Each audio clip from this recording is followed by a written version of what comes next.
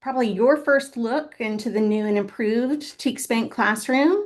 We're going to give you the opportunity to look at the new user experience and to hear about some of the new features that are now available.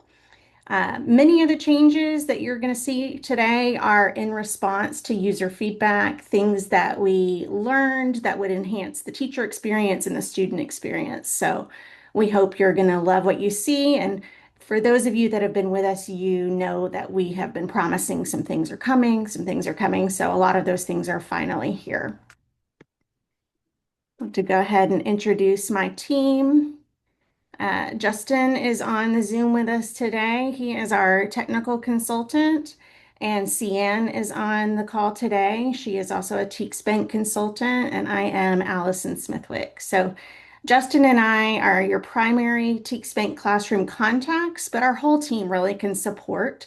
So I have provided our help desk phone number. Some people prefer just to make a quick phone call. And those are answered by Patrick and Jennifer all day during the day. You may know them from calling about Eduphoria and Edugence and those kinds of support. They also can direct your calls and questions to us if you have specific TeacsBank classroom questions. Our email addresses, I've got mine on the last slide here, but our email addresses are just our first name dot last name at region10.org. So reach out to us anytime, and we will make sure you've got our contact information in several places in this slide deck.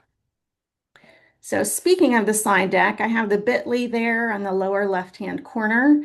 That will give you access to the public view of this slide deck. So I think everything is going to be functional that you see today, except you just won't see my presenter notes. If you're going to be presenting this to your district on your own and you would like my presenter notes, just reach out to me and I can send you this version as well. But the slide deck is loaded with links and to resources and things. So anything that we don't go in depth today, you should be able to click into some links and go into some support documentation. Here's our agenda for today. We always try to keep our webinars at about 30 minutes. I'm going to be talking really fast today in order to do that. But again, we are here for additional support. And then I will mention this again later, but if you have questions that come up along the way, you are welcome to drop them into the chat. Justin and Cian are monitoring chat and they can answer some things for you. But if you would rather hold your questions to the end and then actually come on, we can, you can have your camera and microphone on and we can answer at the end. Tomorrow, Justin is going to come on in his Zoom room for some additional technical support. So if you participate with us today and you just go through this very quick look with us, and then you dig in later and some questions arise, you might want to log back in tomorrow and have the opportunity to hear from Justin on some of these technical pieces as you are getting started early in the school year.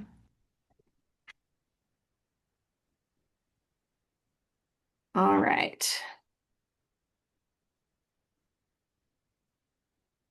So I believe most of my registrants today, I recognized your names and your school districts, but in case you are brand new to TeacsBank Classroom, I just wanted to let you know that this is an assessment application inside of your LMS or Google Classroom, and it provides you access to our TeacsBank items. So it's kind of like a portal into TeacsBank, an application for teachers intended for formative assessment, quick checks. You're going to see how quickly you can build an activity, push it out to students through Google Classroom or your LMS in order to get some quick data and be able to make instructional decisions for upcoming days. This is our graphic that we share to remind you that we really work to support your balanced assessment framework. Many of you are TeacsBank customers as well, and you may access TeacsBank items through Eduphoria Aware, Edugence, some of our other platforms. You may be building some district assessments, more summative in nature there. And TeacsBank Classroom is a web-based application that's going to give you access to those items. But like I said, it's going to give the teacher the ability to build an activity of just a few items very, very quickly. So the two work nicely together. They're very much interconnected. Some of you have both. Some of you may just have access to TeachSpank Classroom. Either way works fine. All right, so here are our primary points today, the things that are new and great about the new TeachSpank Classroom. Three main categories, and on each of these categories, I've provided the developer's help documentation site or links to that site. So much of what you'll see today is directly from that site. I've just condensed it and made it a little bit briefer and more basic, but you can dig into more documentation and explanation on each of those things. They've done an excellent job of organizing the information, providing screenshots, clear step-by-step directions. A lot of the screenshots I'm sharing today are directly from their site, and so some of the TeachSpank classroom branding and such is not exactly the same, but other than that, the functionality is. TeachSpankClassroom.com is also going to have FAQs and help documentation, but our site is not fully updated yet. We're working on it. Justin's diligently working on updating our help docs and such. So you probably will end up using a combination of the two. Our developers site is called Campfire. You may know that they were formerly ExamSpark. And then we have our TeachSpankClassroom.com site as well.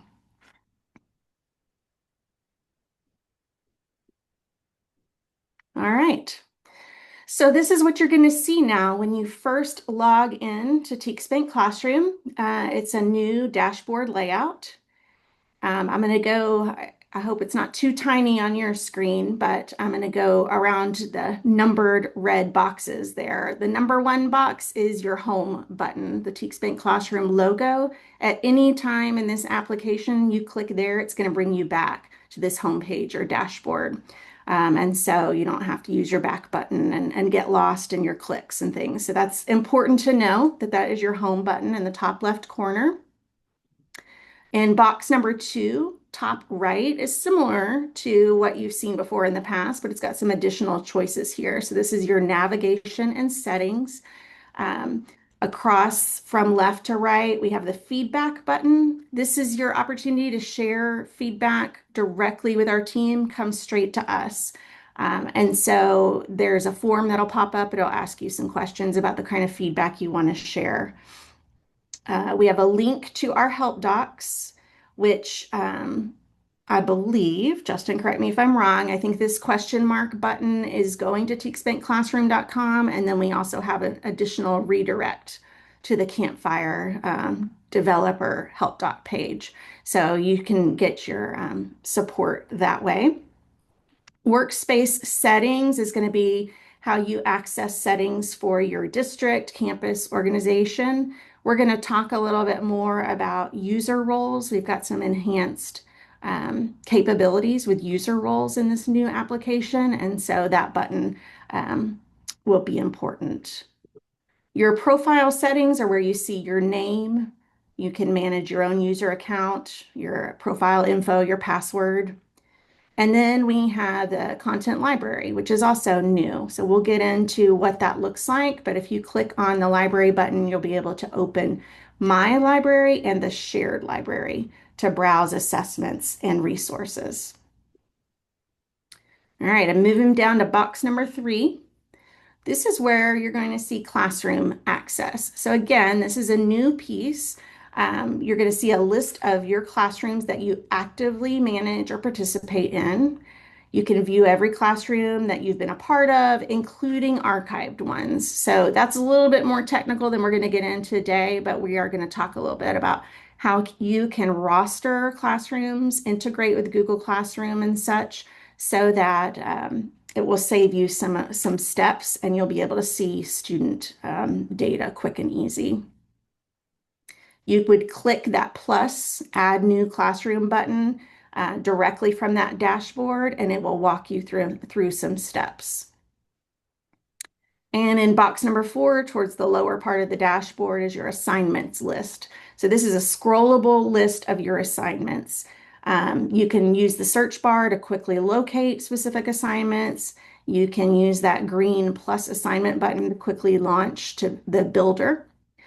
This is a little bit different than you may remember in the past. When you first logged into TeachSpank Classroom, you would see an incredibly long list, if you were very active, of your activities and scroll and scroll and scroll. So on this first page now, you're just going to see your most recent, and you're going to have some other ways to get back to your older activities.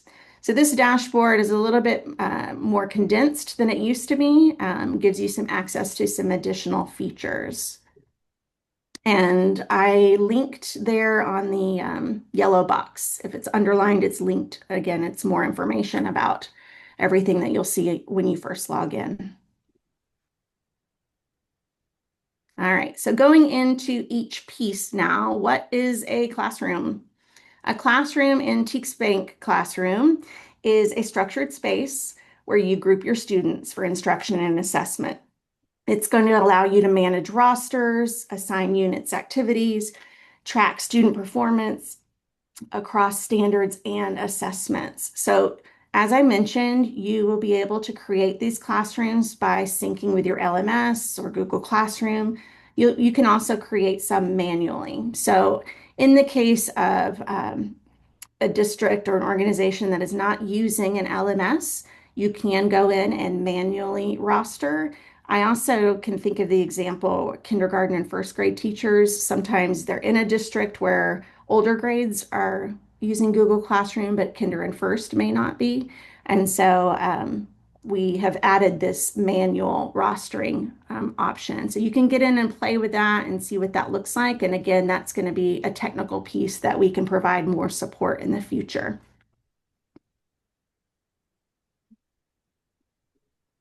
All right, this is that rostering piece. And again, it is linked at the top to the Campfire support.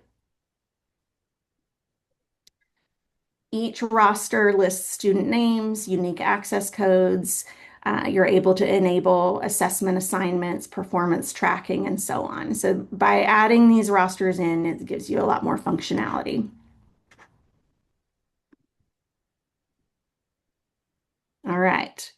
I mentioned user roles, and Justin's going to jump in here in just a moment. But this is a big change from what we've had in the past. So what you're going to find is that your classroom teachers are probably going to function at the standard user level, right? So this is going to give them just access to their own kids and data.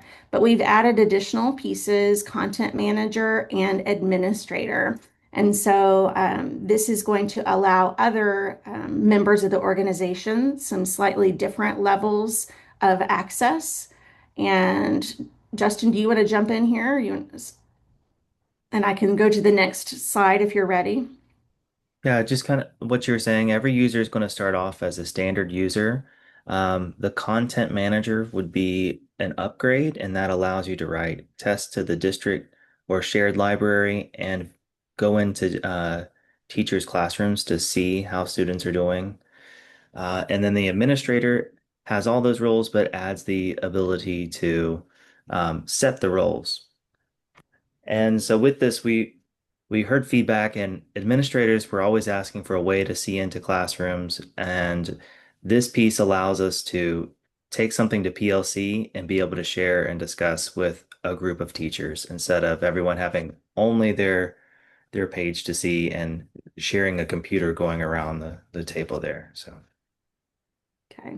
So in this next slide here, this is directly from Campfire documentation, kind of outlines the capabilities for each user role.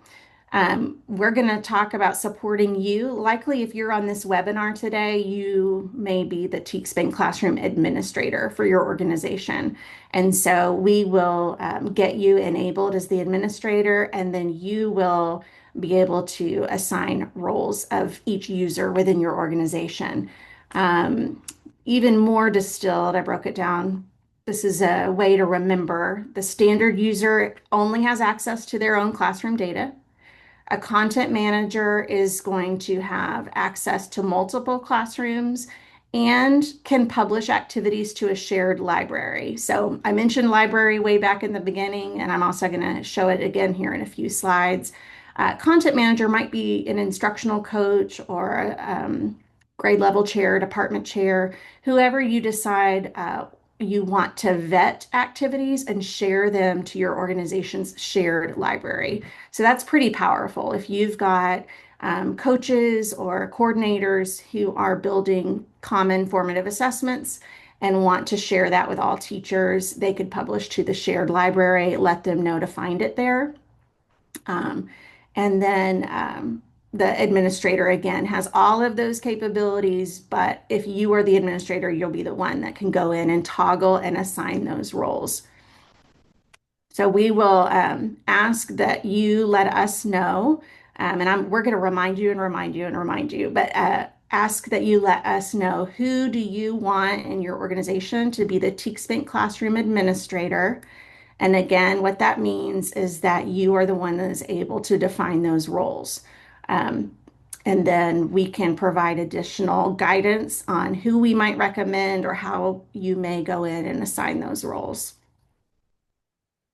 And again, Justin, this is something that you're going to cover more tomorrow as well, right? Yes. Okay. All right. I'm going to press on because I am just watching the time. All right, so I've got some GIFs here. Cian created a lot of these. Thank you. Just on how to create your activities or assessments, similar to how we have done them in the past. We believe this builder is more intuitive than it has been. You'll get in and click build a new assignment, and then you'll go through and set your filters with your content, your grade level, your standards, your item types, and you will be able to scroll through and preview all of the items that match those filter settings. Then you'll put a check in the checkbox to select it and then add it to your assessment. So just like we had in the older platform, you have several opportunities to go in and make changes to those filters and settings so that you can change the content of your assignment. But we believe this is going to be a little bit quicker. It's going to ask or require that a few less clicks than it did before and give you visibility into more items more quickly. So that's the main difference that you will see there. We still offer our passage-based assessments, and so you can see in this GIF that instead of clicking items in the builder, you'd start with the passage, identify the passage based on the grade level and standards, and then it's showing you there all of the passages that are available. You can preview them, I'm trying to follow the GIF, I'm sorry. Click into the box to select the passage that you want, and then add it to your assessment. And then it's going to let you take a look at the items associated with it. So these two slides are really showing you that you can start your activity by looking at items, or you can start a passage-based activity.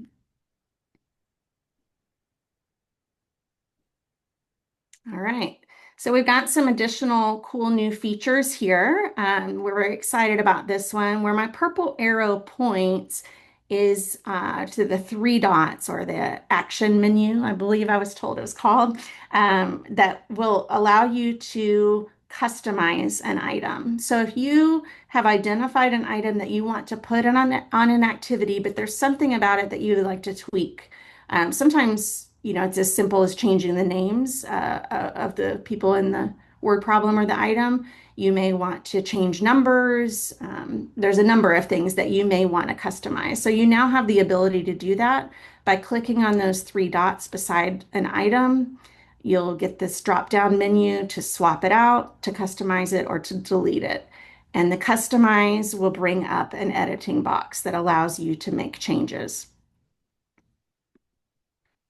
And along with that is the functionality to create your own item. So this requires several steps and just building a little bit of comfort, and we can support you with that.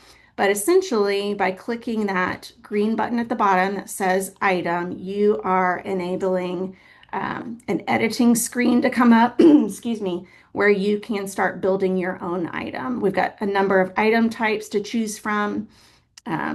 There's a number of different features within that. But rather than spend the time on it today, we'll save it maybe tomorrow or even in the future. That reminds me that Justin and I have high hopes to build out some videos and potentially a YouTube channel that'll have a lot of these tutorials that you can go back. So um, we hope that that's coming soon. It's definitely in our plan.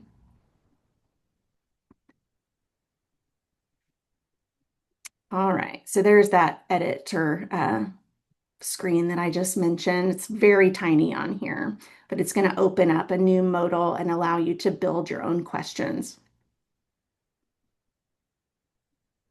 All right. Before you are sharing your assessments with your students, you can fine tune how it's delivered by clicking that settings button. So this opens a window with options to customize the student experience.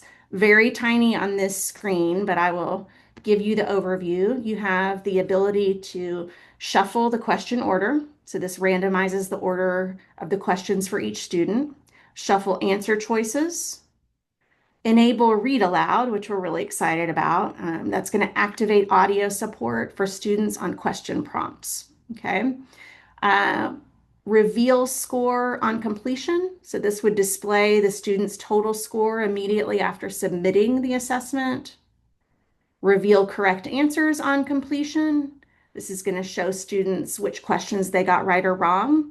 So we've been able to do some of that in the past, but this makes it a little bit simpler to toggle on some of those features to allow retakes. So if a student goes in and completes and submits, you're going to allow them to retake or not with this setting, and also to set access dates. So you can disable before a certain date, you can disable after a certain date if you want the students to participate in that activity within a period of time or days. So that's in your assignment settings. All right, so now we are to the libraries. You'll remember in that dashboard, the top right corner was the library button. You have My Library and a shared library. So My Library is going to populate with all of the activities that you, and I mean you as a teacher or a user, are creating. So if you are playing around and just building, some quizzes and things, they're all going to be found here in My Library. At the point that you want to share, we're going to have a number of ways to do that. So if you've been a user in the past, you'll remember that we had the ability to generate a share code for an activity. You could email or send that code to your teammate and say, hey, I made this morning's warm up, and use the share code to get your own copy of it. We'll still have that. I believe it's disabled as of today, but I confirmed this morning that it's on its way back. So we will still have that share code, share with your teammate process. In addition to that, we're going to have the shared library. So this is where you're going to see some activities from us created at Region 10, like our focus assessments and such. Also, this is where your content managers can publish your organization's vetted activities. So if, for instance, your instructional coaches are the content managers and the classroom teachers have sent them some of their activities and say, we really feel this would be beneficial in the district or organization's shared library, the content manager could post it there. And again, I think I mentioned if you've got somebody creating some common formative assessments, they can post them there and everybody would be able to access within your organization.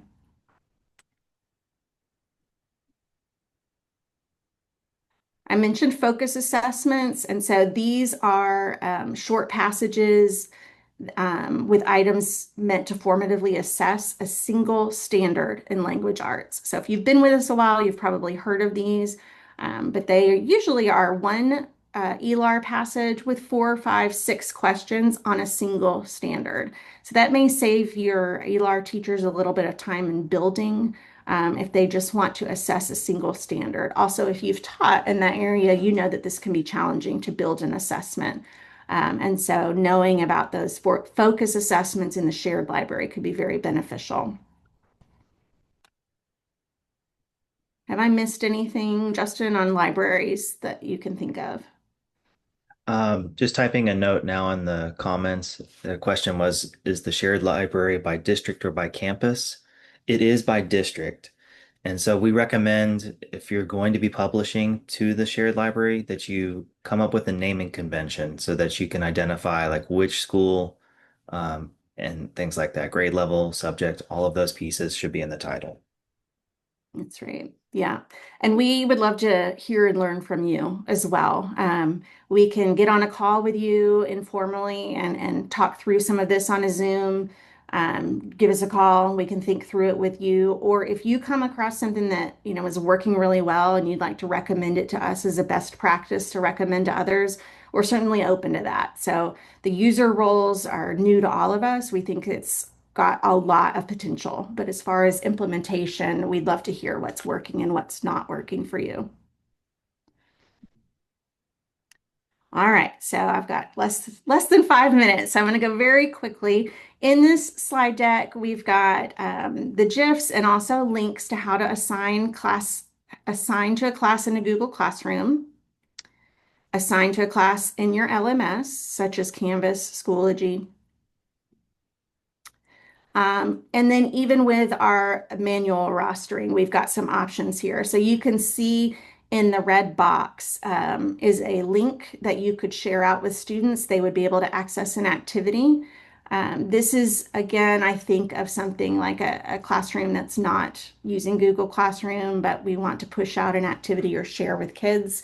This is going to give you some additional options to do so.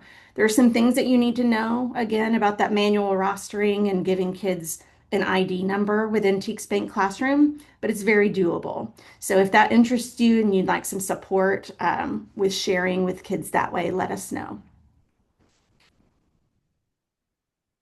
All right, this is just a quick mention of manual scoring. So we have been working hard on our extended constructed responses, short constructed responses, text entries, those kinds of things. And so those kinds of items, if included in your assessments that you're pushing out, will need to be manually scored by the teacher. And so this GIF is just kind of showing you how that works. You can scroll through each student's response. Generally, a rubric is going to pop up there to support you, and then you'll be able to enter the points that that student earned. So manual scoring, we've had it, it's better now. All right, mastery data. This is our favorite part, and I'm giving it the least amount of time today. I apologize. The mastery data is going to show up in a couple of different places in the new app. You can see on this screenshot that course mastery data is listed at the bottom. So this is going to show you an overview of every time a standard was assessed within that particular course or class. And so we're calling that the course mastery. We also have a look into standards mastery. And let's see if I've got a screenshot of it. Yes, so then we've got the assignment results, which look like this, similar to how they've looked in the past, with the red, yellow, green color coding to give you an idea of student performance at a glance. And we've still got those features where you can sort or, I'm sorry, reveal names or anonymize names. And then in box number 2 there, you can see you can do a quick toggle to see student results by item or student results by standard. So that part looks fairly similar. It's just got some additional things that you can click into and get some slightly different views. All right, these highlight those things I just mentioned. So I'm going to move on along. All right, so it's 9:29. I apologize. I told you it was a lot. We are going to hang around for a few more minutes and allow you to come on and ask more questions and such. But before any of you leave us, I want to mention that we are developing a webinar series. I don't have dates for those yet, but as I do, we will be sending them out through newsletters and social media. So watch for the webinars that you can get registered. And of course, if you're registered, you're going to get the recording and the slide deck and an email follow-up. So you don't have to attend live. Our TeachSpank team is offering some additional professional learning to support your use of TeachSpank Classroom, but also will incorporate best assessment practices. So if you are at the point in your organization where you have integrated this tool and it's going well, but you really want to make sure that your teachers are using best practices, best assessment practices, reach out to us. We've got some sessions developed. We can do those live and in person or by Zoom. Just wanted you to know about that. And I also send that out in newsletters and social media. If you're not on our mailing list, if you're not getting any of my emails, this is your opportunity to get on it. You can click this form. This is a link or a button, and it will bring up that live form. If you'll complete that info there and then just type mailing list or add me to the mailing list in the notes, and then I'll know to get you on there so that you are receiving all of the information that we send by email. All right. And one more mention of Justin's technical office hours tomorrow, starting at 9, going till 9:30-ish or as long as necessary. So you can jump in. It's going to be less talking on our part and more opportunity for you to ask some questions, get some clarifications, um, check in about onboarding and such. So if you are interested in that, mark your calendar for 9 tomorrow. And the Zoom link is linked here in the slide deck. All right. I just want to say thank you. It was fast and furious. We are going to hang in. So as long as you want to stay on and ask questions, please do so. If you need to go, we understand that too, and we will send you the recording and the link to the slide deck so that you'll have those resources. We appreciate you tuning in this morning. We know it's a super, super busy time of year, and we just wanted to get what we could as fast as we could to you. So thank you so much, and we'll just give it a minute of transition so some of you can drop off and some of you can stick around and start asking questions.